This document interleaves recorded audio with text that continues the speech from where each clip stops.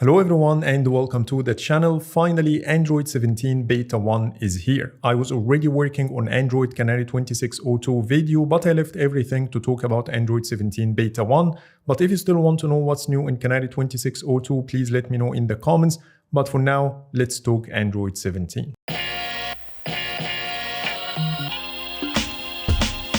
Starting with the update size and build number, I will show you this information on the 9 Pro XL as my 10 Pro XL is currently updating. The size is 828 megabytes and the build number is CP21.260.116.011.b1.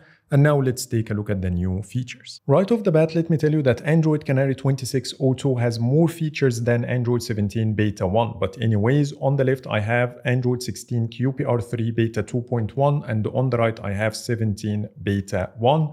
The first change you will notice here is the redesigned Google search widget, and the most exciting change is the ability to customize it.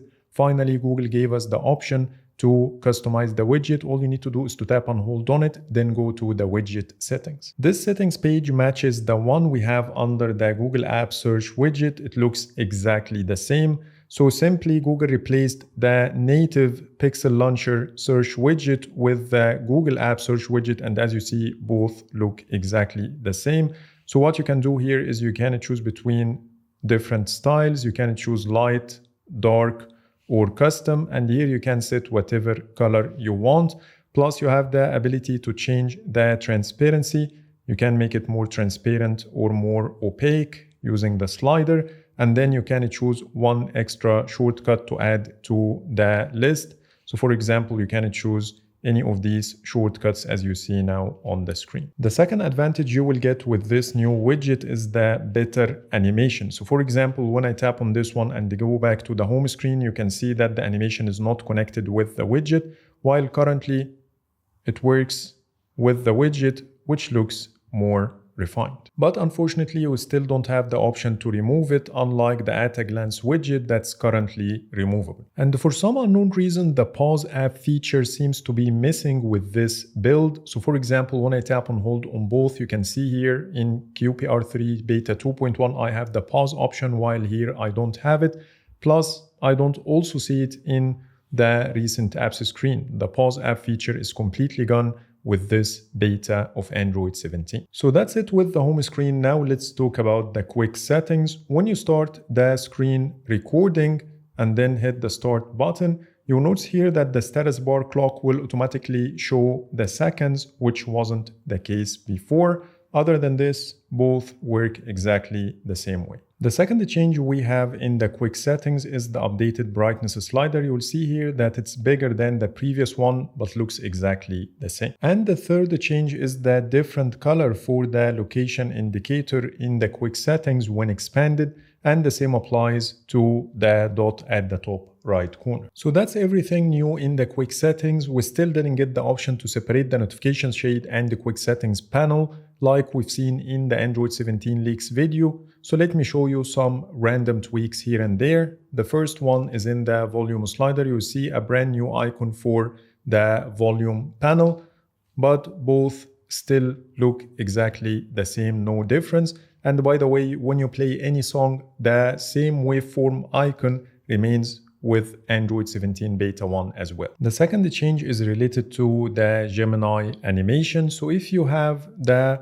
option to swipe to invoke assistant activated under your navigation settings, now you will see the shrink animation when you do the corner swipe, which wasn't the case before. Before jumping to the next chapter, let me show you the latest wallpapers added to the Wallpapers by In-Depth Tech Reviews app. I added more than 60 new wallpapers to the collection. So if you want to get your hands on these exclusive wallpapers, you will find Google Play Store download link in the description. And now let's get back to Android 17. And now it's time to talk about all the new changes under settings. The first change is the more compact menu items to save some scrolling, and a good example of this is the display and touch settings. As you see, this section is smaller in Android 17 Beta 1, which makes more space for the items to show on the screen without too much scrolling. The second change is also under the display and touch menu. When you go to the screen resolution, you will see the same tutorial we got in Android Canary a while ago, explaining exactly what's the difference between max resolution and high resolution. Max resolution will show you a clear image, while the high resolution one will show you a pixelated image, to give you an idea about the difference between the two instead of the static image we used to have. The next change is under the security and privacy menu. When you go to privacy controls and then health connect, you will see a lot of differences. First, the recent access section is now called your health apps. And from here, you can change the access of any app by tapping on this plus button. And here you can allow the access. And once you do so, it will remove the plus next to the app. And that's why we no longer have the app permissions menu item. Also, the view all button is now called see more health apps. Then we have the data access and recent access grouped together in one header, which is called your health data. Recent access used to be a separate section in the previous version.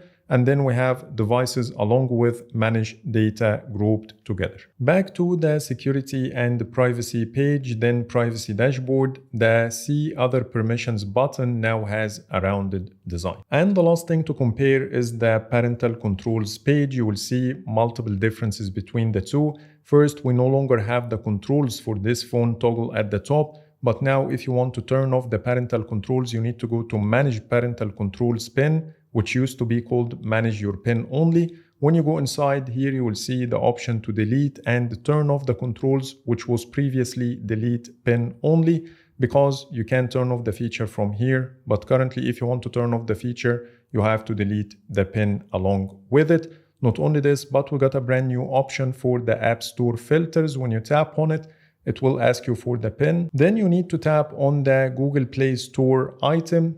It will take you to the parental controls within the Google Play Store. From here, you can choose what type of apps, games, movies, and everything.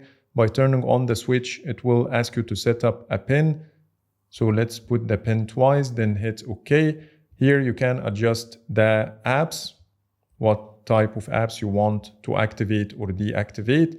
Then you have the movies, then the TV, and finally the books. So these are all the new features I spotted in Android 17 Beta 1. Now let's talk about my experience with the stability and the performance while filming the video. Starting with the stability, it's about the same as QPR3 Beta 2.1 Android 16. Everything works as expected. Thankfully, no major bugs or issues. It's even slightly better than QPR3 Beta 2.1 in some areas. No sluggish performance or stutter like I used to have on the same phone with Android 16 QPR3 Beta 2.1. But when it comes to the performance, to me it seems business as usual, no major difference between the two. But it seems like Geekbench 6 has a different opinion because the numbers are slightly disappointing. When it comes to the CPU, I got 4069 for the multi-core and 1371 for the single core, which is a lot lower than the previous numbers I got on the same phone with QPR3 Beta 2.1. I used to get 5856 and 2286. When it comes to the GPU, there is almost no difference. I got 4574 up from 4515. On a side note, I do recommend watching my upcoming video about Android Canary 26.02 as it includes most of the new features I showed you in Android 17 Beta 1 and a lot more. Maybe Google decided to give Android Canary the edge over all other update cycles when it comes to the new features, and that's why it's very important to watch Android Canary videos if you want to know about the latest and the greatest features coming to Android in general. So that's pretty much it for today. These are all the new changes I wanted to show you on Android 17 Beta 1. Please let me know in the comments if I missed anything. But for now, thanks so much for watching and see you in the next video.